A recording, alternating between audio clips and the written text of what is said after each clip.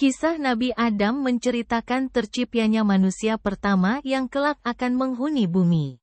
Nabi Adam tercipta dari tanah dan Allah memuliakannya dengan memberi pengetahuan tentang semesta. Adam diberi banyak pengetahuan yang akan menjadi mukjizatnya. Wujud Nabi Adam diciptakan sempurna serta lengkap. Tapi Nabi Adam memiliki tinggi tubuh yang berbeda dengan manusia saat ini. Tinggi badannya mencapai 60 hasta atau sekitar 18 meter. Sangat tinggi dibanding kondisi tubuh manusia pada umumnya.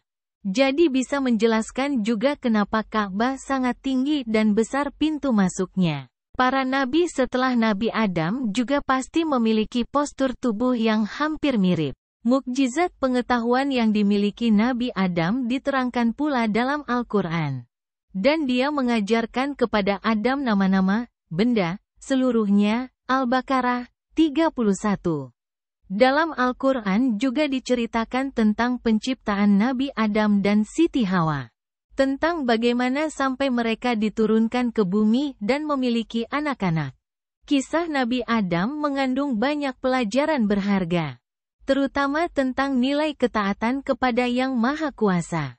Mulai dari kisah Nabi Adam dan Siti Hawa di langit, hingga kisah mereka di bumi beserta anak-anaknya. Nilai ketaatan seorang hamba pada Sang Pencipta banyak terkandung di dalam ceritanya. Asal mula penciptaan Nabi Adam. Dikisahkan dalam kitab suci Al-Quran bahwa Allah bercakap-cakap dengan malaikat.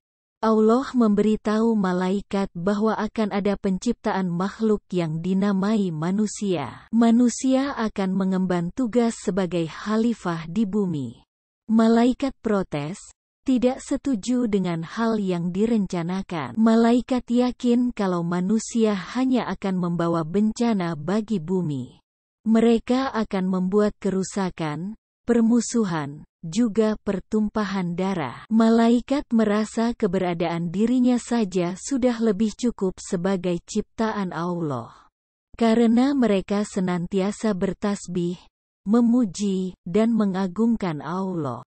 Allah berfirman bahwa Dia mengetahui apa-apa yang tidak diketahui oleh malaikat. Seperti kita ketahui, manusia itu tercipta dari saripati tanah. Demikian juga yang diceritakan dalam Al-Quran Surat As-Sajdah ayat 7-9. Surat ini menceritakan bahwa Allah mengetahui hal yang gaib dan nyata. Dia menciptakan wujud sempurna manusia dari tanah. Dia juga menciptakan keturunan manusia dari air mani. Kemudian ditiupkan roh untuk menghidupkan. Dia juga yang menciptakan pendengaran, penglihatan dan hati. Setelah Nabi Adam diciptakan, Allah memberi perintah pada malaikat dan iblis untuk bersujud padanya. Walaupun para malaikat diciptakan dari cahaya, mereka taat pada perintah Allah. Para malaikat kemudian bersujud pada Nabi Adam.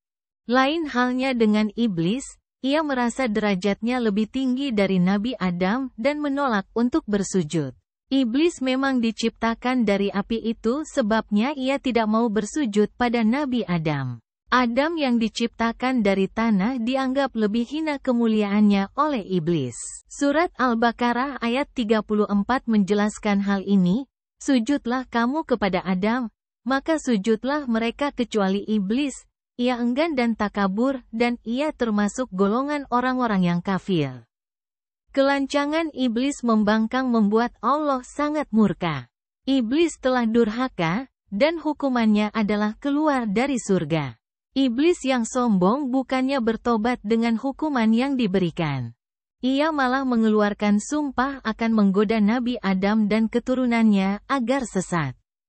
Iblis ingin manusia menemani dirinya di neraka.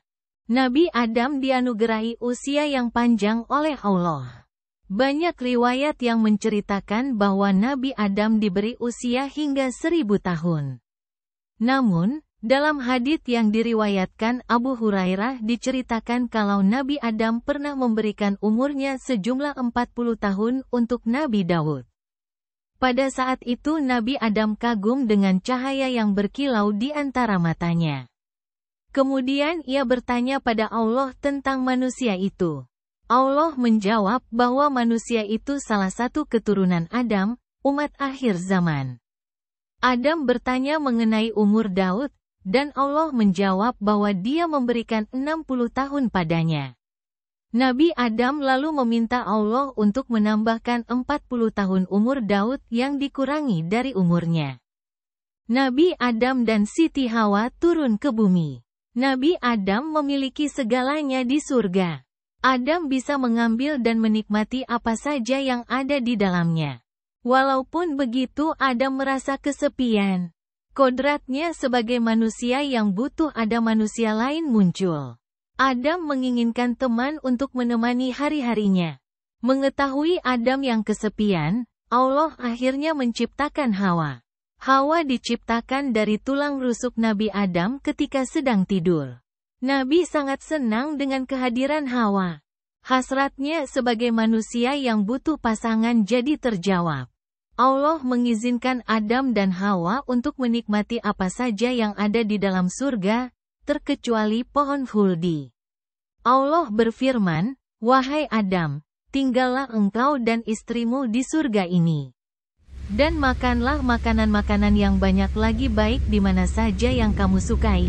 Dan janganlah kamu mendekati pohon ini, yang menyebabkan kamu termasuk orang-orang yang zalim."